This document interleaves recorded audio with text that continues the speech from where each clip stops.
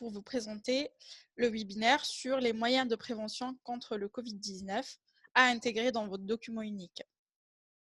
Donc, je propose qu'on attend une petite minute, question que les d'autres personnes arrivent à se connecter et ensuite on va commencer. Donc, je vois du monde qui arrive. Alors, je profite de cette petite minute pour vous dire que vous pouvez poser vos questions à la fin ou même pendant le webinaire à travers la petite rubrique questions-réponses qui est sur la barre d'affichage et j'essaierai à la fin de vous répondre.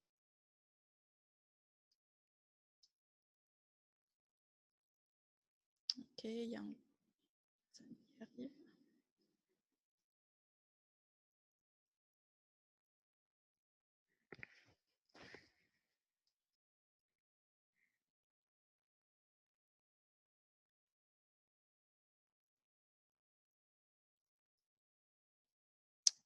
Donc, je vais démarrer. Alors, aujourd'hui, je vais vous présenter d'abord un cadre réglementaire et par rapport au document unique et la prévention d'une manière générale. Je vais passer très rapidement. Et le document unique d'une manière générale. Ensuite, je vais vous présenter les offres OSTRA, enfin comment est-ce qu'on peut vous accompagner, soit pour la réalisation de votre document unique ou alors pour sa mise à jour. Et on va passer à la rubrique principale qui est le Covid-19 dans le document unique. Et enfin, je vais finir avec une subvention de la CRAMIF pour les investissements concernant les préventions pour le Covid. Et enfin, je vais essayer de répondre à vos questions, s'il y en a, bien sûr. Alors, je vais laisser les...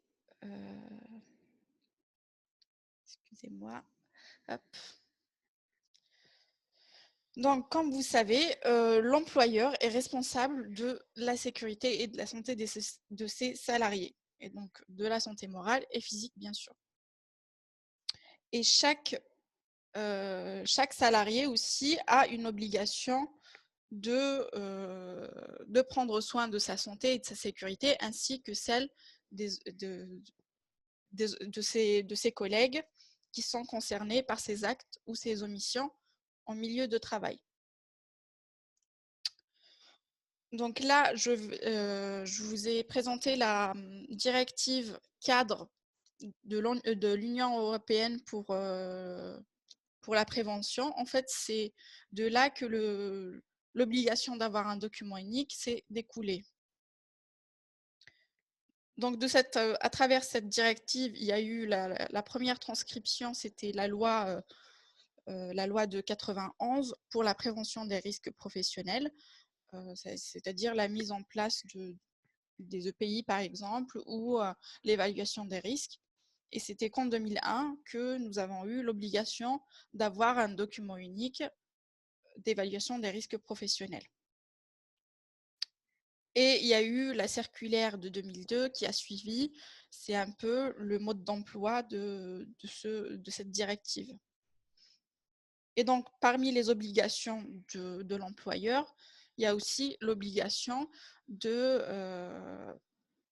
protéger les salariés contre le risque biologique, pour faire un petit peu le lien par rapport à notre thème d'aujourd'hui. Donc, si on va un petit peu dans le détail du décret, le décret il nous oblige à avoir une évaluation des risques professionnels, donc identifier les risques et agir sur l'ensemble de ces risques, et notamment les risques qui sont susceptibles d'être rencontrés par les salariés dans le milieu du travail. Donc, ce document unique doit être mis à jour au moins une fois par année, ou lorsqu'il y a des aménagements importants qui modifient les conditions de santé et de sécurité des salariés et les conditions de travail. Et enfin, on doit mettre à jour quand il y a une information supplémentaire comme le cas actuel par rapport à la crise sanitaire. Donc, en plus d'être conforme à la réglementation, il y a d'autres enjeux il y a d'autres enjeux pour le document unique. Il y a le fait de travailler dans un environnement sain, le coût des accidents de travail et des maladies professionnelles, et on parle de coûts directs et indirects, donc les coûts directs qui sont liés à l'arrêt du salarié et les cotisations, et les coûts indirects qui sont en relation avec le produit ou le service que l'entreprise fournit. Donc, ça permet d'avoir une optimisation et d'organiser mieux le travail. Ainsi, de garder la qualité du produit ou du service. Et enfin, l'image de marque. Donc maintenant, les entreprises, il y a beaucoup d'entreprises qui préfèrent travailler avec des entreprises qui sont certifiées par exemple OSAS ou ISO 45001, c'est des entreprises qui ont un système de management de la sécurité et de la santé au travail. Et voilà. Il y a aussi la fidélisation des salariés aussi, parce qu'on parle de clients internes et de clients externes.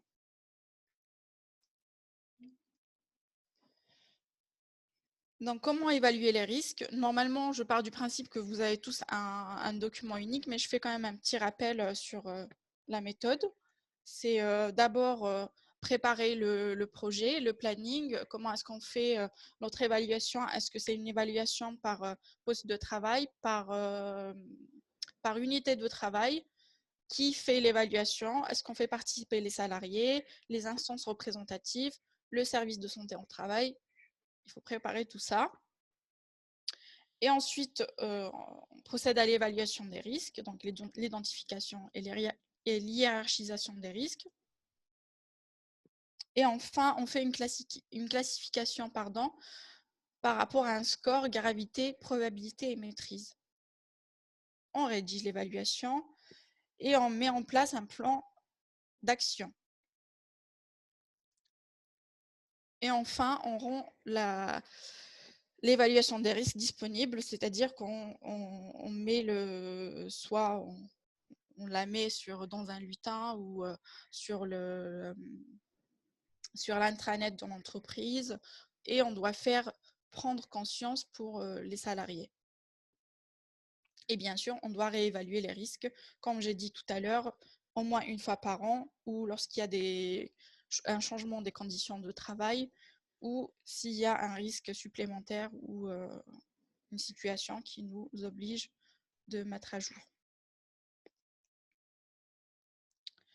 Donc, comment est-ce que nous, on peut vous accompagner dans cette évaluation des risques ou dans sa mise à jour ou tout simplement sa mise en place si vous n'avez pas du tout de document unique? Donc, nous, au STRA, on a différents documents uniques. Enfin, on a un outil qu'on a développé et qu'on met à votre disposition. Donc, c'est une trame qui est simple. Donc, vous êtes dans un premier lieu, vous avez les tableaux d'évaluation des risques professionnels.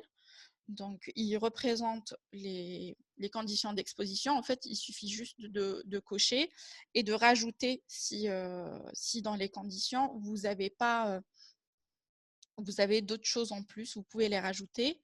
Donc, il y a d'un côté les conditions d'exposition, de l'autre les mesures de prévention existantes. Et enfin, l'évaluation du risque, la cotation en fait. Est-ce que c'est important, c'est moyen ou c'est faible? Et à la fin, vous avez la possibilité de mettre des mesures de prévention à prendre en compte. Et donc, comme ça, vous avez environ une vingtaine de tableaux comme ça pour tous les risques. Là, par exemple, vous avez les conditions de travail, l'ambiance thermique, les chutes d'objets, le risque biologique, et ainsi de suite. Et à la fin, vous avez la possibilité de renseigner votre plan d'action à partir des mesures de prévention que vous avez mis dans les différents tableaux.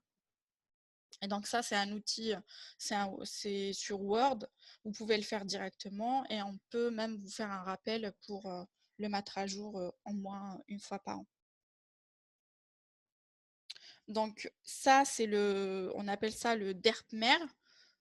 Et en fait, et à partir de celui-là, il y a d'autres documents qui sont plus spécifiques par métier, par exemple, des DER pour la restauration, la petite enfance, il y a différents, tout ce qui est garagiste, etc.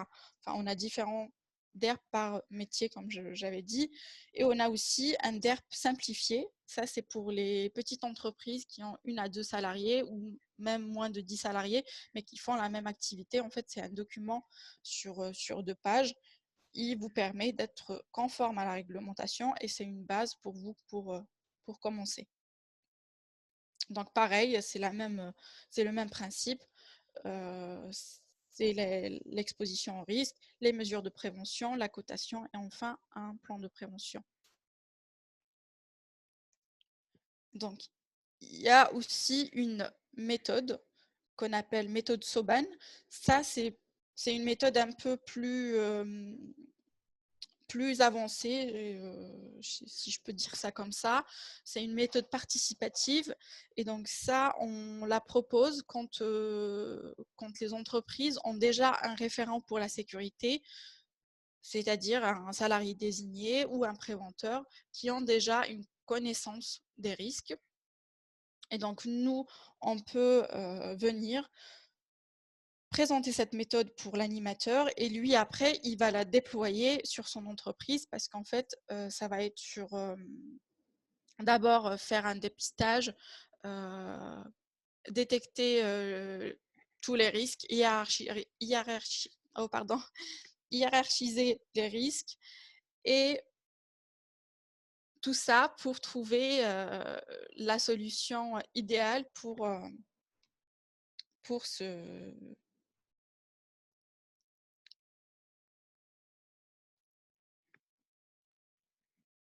Je pense que j'ai perdu mon temps, pardon.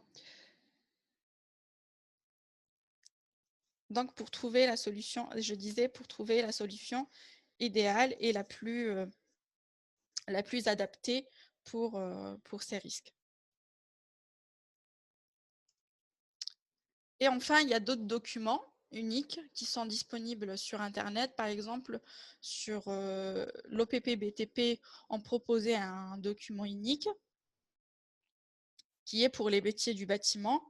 En fait, vous pouvez aller sur ce site, mon document unique PREMS, et vous allez vous enregistrer et vous aurez la possibilité de créer un document unique. En fait, c'est fait c'est des tableaux par métier et vous allez avoir des tableaux comme ça à cocher et à la fin, vous allez avoir votre document avec un plan d'action, etc. Pardon.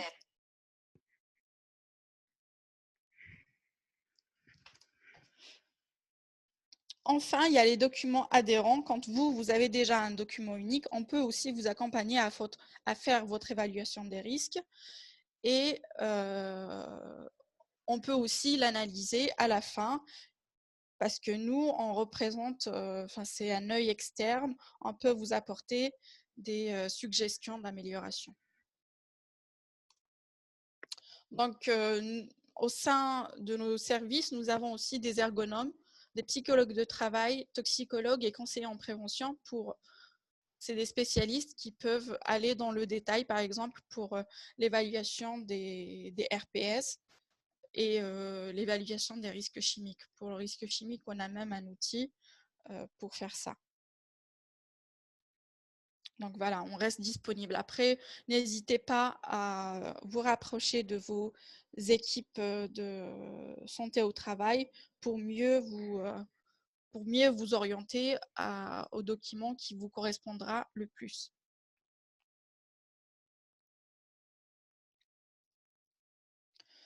Donc maintenant, on va revenir sur le Covid.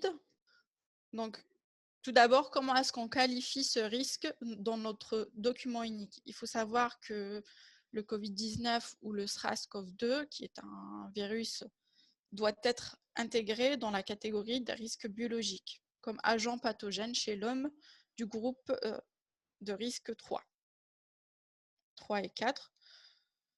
Donc, dans ce groupe, c'est un micro-organisme qui peut provoquer une maladie grave chez l'homme et constituer un danger sérieux pour les travailleurs.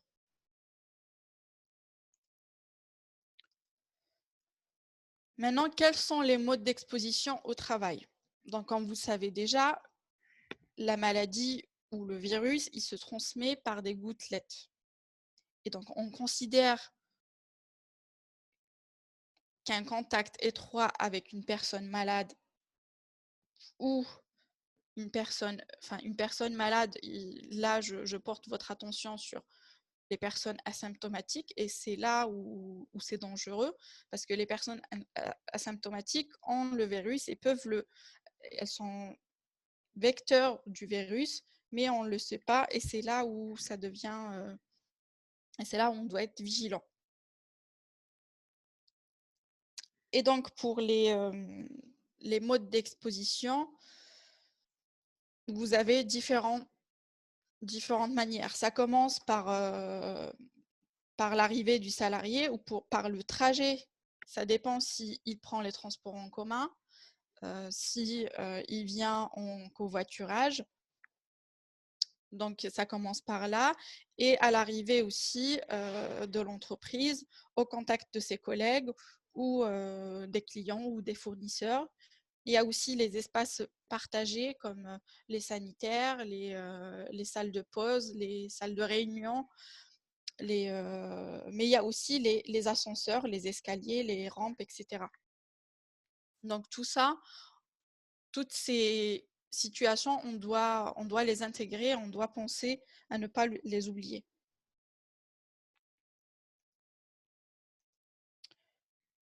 Donc quelques mesures de prévention. On doit d'abord prévoir des mesures collectives et organisationnelles. Donc la gestion et l'aménagement du poste du travail, l'organisation de l'accès du personnel. Pour la gestion et l'aménagement du poste de travail, c'est l'espace dans le poste de travail, l'isolation du poste si nécessaire, les parois, tout ce qui est plexiglas, etc. L'organisation de l'accès du personnel, c'est l'échelonnage des horaires. Est-ce qu'il doit arriver, lisser les horaires d'arrivée et de départ? Et pareil pour la pause, pour les vestiaires.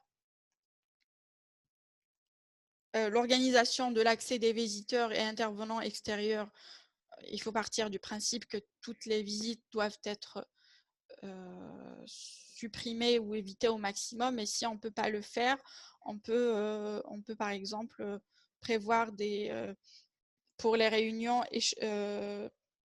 faire des jauges. La mise en place d'un protocole de nettoyage et de désinfection efficace. Donc, on parle de nettoyage, mais on parle également de désinfection. Donc, il ne faut pas confondre. Dans ce cas, on renforce la désinfection avec des produits virucides. La gestion et l'aménagement des locaux communs pour la salle de pause, donc ce que je disais tout à l'heure, les vestiaires, les sanitaires. Pour les vestiaires, il y a même des produits, des bombes virucides qu'on peut par exemple mettre à la fin de chaque changement. On peut mettre une bombe et ça va diffuser, ça va assainir le vestiaire. C'est utilisé plus dans les hôpitaux généralement. L'aération des locaux. Donc, le protocole nous dit d'aérer 15 minutes toutes les 3 heures. Et on peut aussi le faire 5 minutes toutes les heures. Enfin, il faut aérer régulièrement. Mais s'il y a des systèmes de ventilation, il faut penser aussi à les entretenir.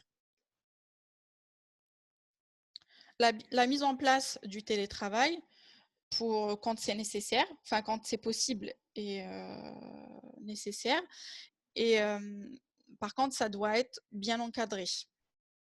Je vais en parler tout à l'heure. La désignation d'un référent Covid, le rôle du référent Covid ainsi que d'autres mesures, vous pouvez les consulter sur un autre webinaire qui est disponible sur YouTube ou sur le site Ostra. Il y a aussi d'autres précisions par rapport aux mesures et le rôle du référent Covid. Et enfin, l'information et la sensibilisation. Donc, ça peut être formel ou informel, ça peut être des quarts d'heure sécurité, ça peut être de l'affichage, ça peut être via l'intranet de l'entreprise. Voilà, il faudra toujours informer et sensibiliser les salariés par rapport à ces mesures. Les mesures individuelles que vous connaissez tous, c'est le port du masque de protection, le lavage régulier des mains, l'utilisation de papier de préférence à usage unique, la désinfection des outils de travail, les équipements, les outils et les équipements avec des lingettes virucides, le respect de la distance d'1 mètre minimum. Donc, les mesures de distanciation physique et les gestes barrières sont indispensables pour freiner la diffusion du virus.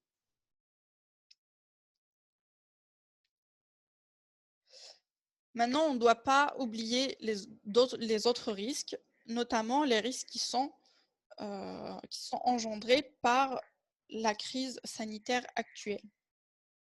Donc, on parle notamment du stress, de l'insécurité de la situation de travail, de l'inquiétude, de l'isolement, surtout pour le télétravail, la charge de travail quand il y a des personnes absentes qui ne sont pas remplacées, les personnes vulnérables, la perte du collectif aussi, c'est pour le télétravail généralement.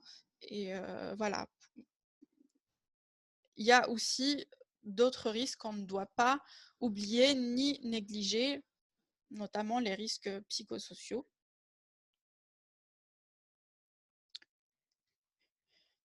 Et donc, réduire la transmission du virus ne doit pas induire de nouveaux risques aussi.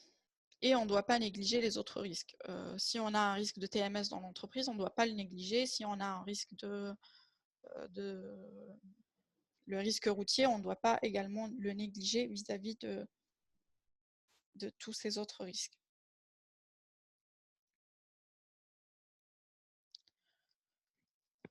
Donc, pour la subvention Covid, c'est une subvention par la branche risque professionnel de l'assurance maladie, donc qui est destinée pour les entreprises de moins de 50 salariés et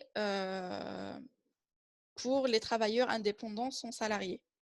Donc, c'est une subvention qui concerne l'achat ou la location des installations sanitaires temporaires. Donc, elle sert à financer les équipements qu'on vient de citer, ce qui permettent l'isolation du poste de travail, comme la pose de vitres, le plexiglas, cloisons, etc.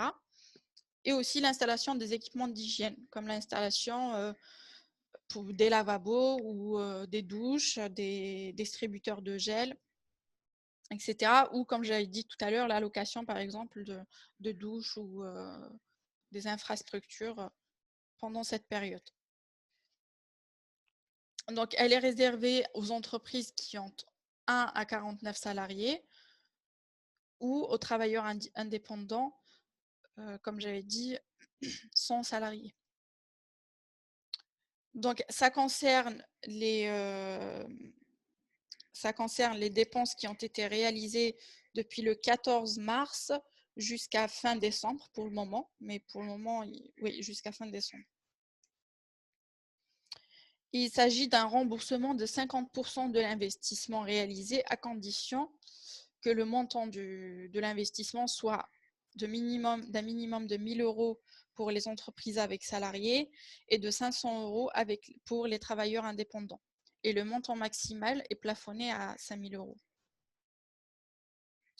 Les conditions pour avoir cette subvention, c'est de cotiser au régime général de la sécurité sociale en tant qu'employeur, d'avoir un effectif national sirène compris entre 1 et 49 salariés, avoir réalisé et mis à jour son document unique depuis moins d'1 an et le tenir à disposition de la caisse si celle-ci le demande, à le consulter, et d'avoir déclaré et de déclarer sur l'honneur de ne pas bénéficier d'une aide publique portant une aide financière sur les mêmes investissements. Donc vous pouvez trouver en fait la demande, elle se fait en ligne via Net Entreprise, en passant par le compte AT1P de votre entreprise. Et donc, vous devez envoyer tous les justificatifs, toutes les factures à travers ce site-là. Et vous avez plus d'informations sur le site d'Amélie. Donc, voilà, vous remercie pour votre attention et je m'en excuse pour les petits défauts techniques. Donc là, je vais regarder les questions. J'en ai eu pas mal. Je vais essayer de vous répondre. Alors, oui, je vous informe que la session est enregistrée et on va vous envoyer le webinaire, on va vous envoyer la présentation par mail. Donc, vous aurez la présentation.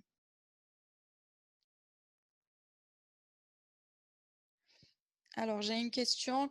Comment pouvons-nous obtenir l'outil DERP mère, voire DERP enseignement?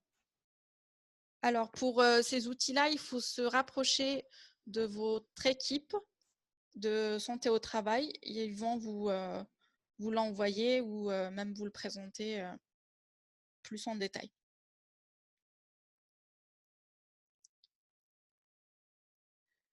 Alors, aurons-nous le diaporama? Oui. Ah oui, alors j'ai une question sur les masques. Est-ce qu'ils peuvent-ils faire partie de la subvention Covid-19? Oui, mais à condition d'avoir fait les masques gel, à condition d'avoir fait d'autres investissements. Et comme vous voyez, comme j'avais déjà dit, la subvention est de minimum, enfin, il faudra engager une dépense minimale de 1 000 €.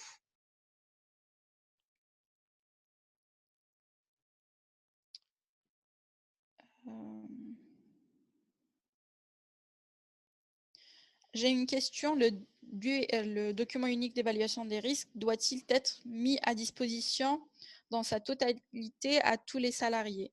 La réponse est oui. Donc, comme j'avais dit, vous pouvez le mettre pour qu'ils le consultent. Oui, oui. Et vous pouvez aussi afficher plutôt la synthèse de l'évaluation des risques.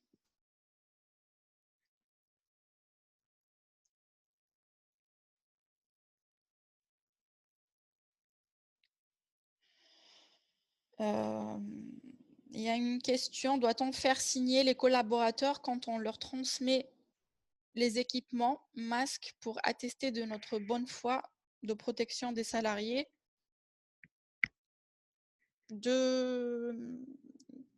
La réglementation oblige l'employeur à mettre à disposition ces équipements de prévention. Donc normalement, il n'y a pas besoin de les faire signer, sauf s'il y a une autre raison.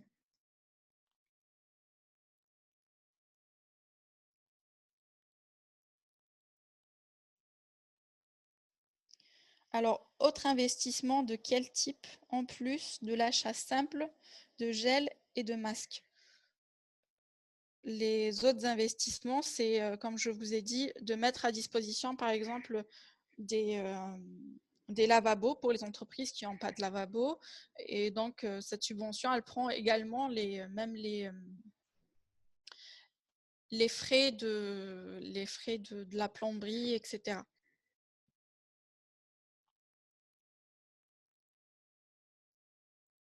Il y a aussi les supports d'affichage, le plexiglas pour séparer.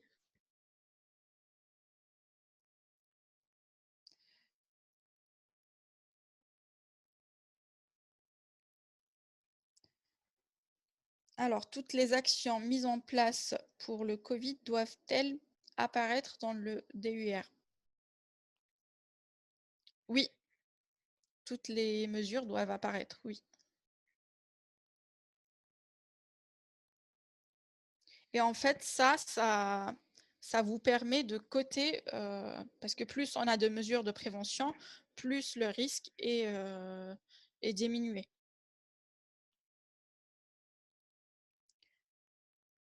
Alors, j'ai une autre question.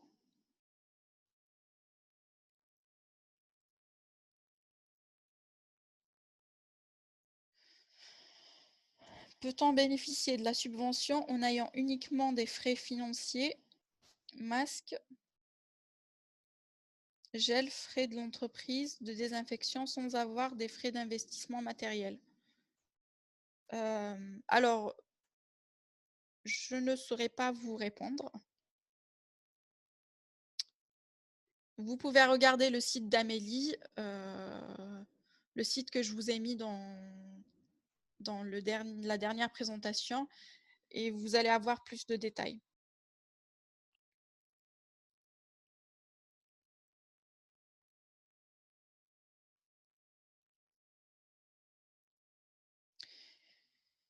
Une étude vient de démontrer que les masques chirurgicaux sont lavables en machine à 60. Le validez-vous? Alors, je suis comme vous, j'ai entendu dire aussi que les masques chirurgicaux peuvent être lavés à 60 et peuvent être lavés jusqu'à 10 fois. Mais ça, je ne peux pas vous le valider, je suis désolée.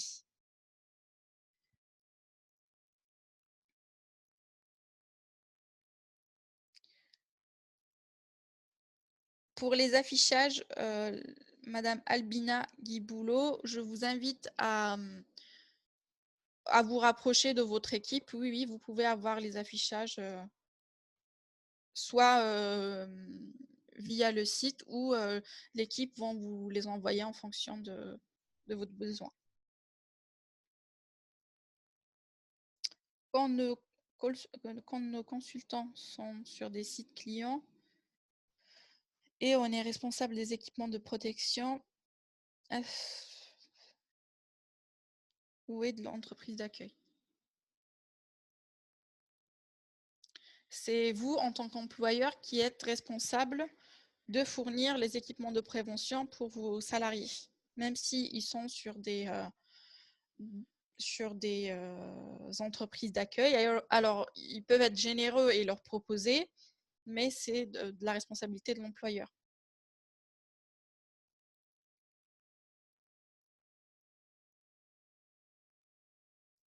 Alors,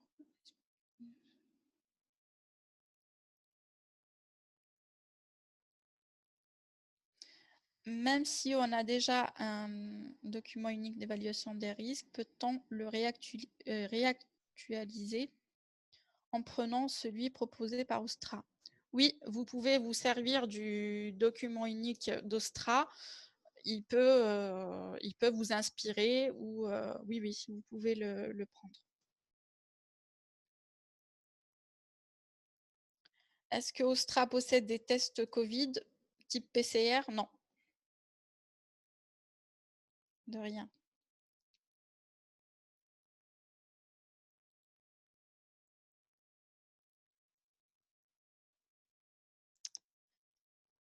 Y a-t-il des risques spécifiques liés au télétravail à inclure dans le DU?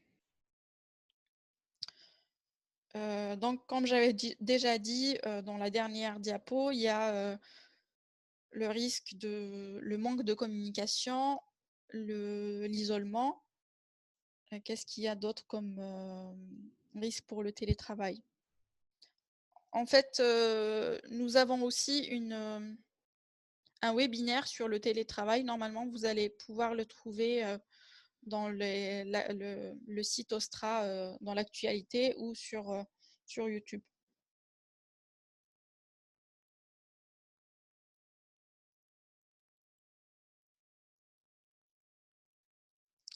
Dans quelle mesure l'employeur doit agir contre les risques qu'il identifie? Est-ce possible que des risques soient identifiés, mais qu'on ne puisse rien faire pour les réduire? Alors, l'employeur a l'obligation d'assurer la santé et la sécurité de ses salariés et c'est une obligation il a une obligation de résultat. Donc oui, il doit agir. Après, il y a toujours des solutions. Donc, vous pouvez toujours réduire ce risque.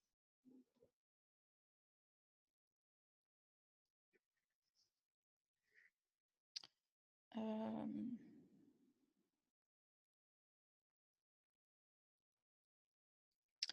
alors l'accompagnement par Ostra, il est gratuit. Quand on aide au document unique, c'est compris dans la cotisation. Même l'intervention des spécialistes, toxicologues, ergonomes et psychologues du travail.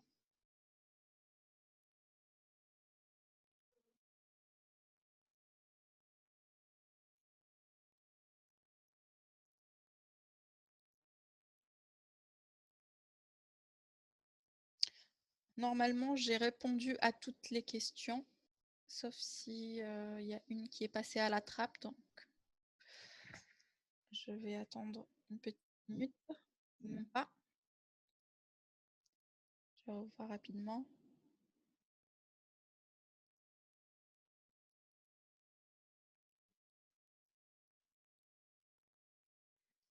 Merci. Bon, bah, je vous souhaite une, très bonne journée et je répète, nous restons à votre disposition et on ne voit pas.